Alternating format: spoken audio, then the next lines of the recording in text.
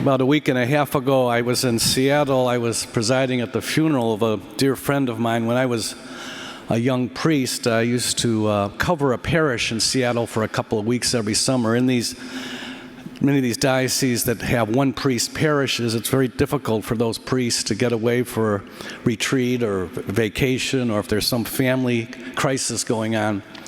So he would cover the parish for a few weeks, and I fell in love with the Pacific Northwest. And in the midst of all the events surrounding this funeral, Seattle is a host city for the World Cup, and World Cup mania has taken Seattle by storm. There were watch parties everywhere. These soccer players, or as they call them, football players, are celebrities, and I wouldn't know who they were talking about, but every so often the crowds would go crazy when one of the more prominent soccer players would pass by.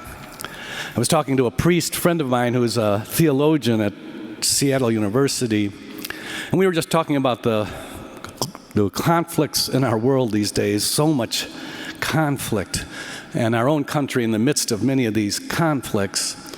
And this priest said to me, we need the World Cup a lot more than the World Cup needs us.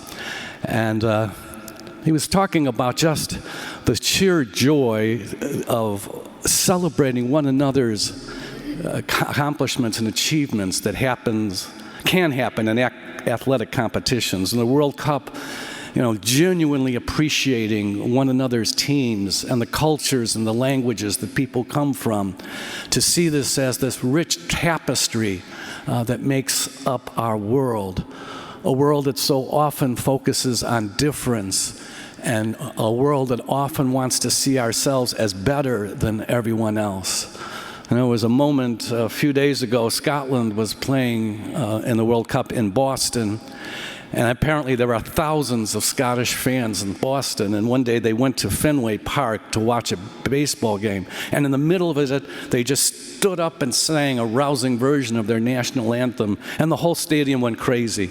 It was just so wonderful to see just that genuine delight in one another's countries and backgrounds.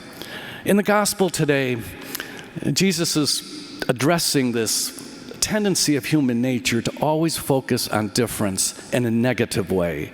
Instead of appreciating difference, we know what it's like when we're around a toxic person that's constantly complaining, constantly criticizing, constantly trying to find fault in another.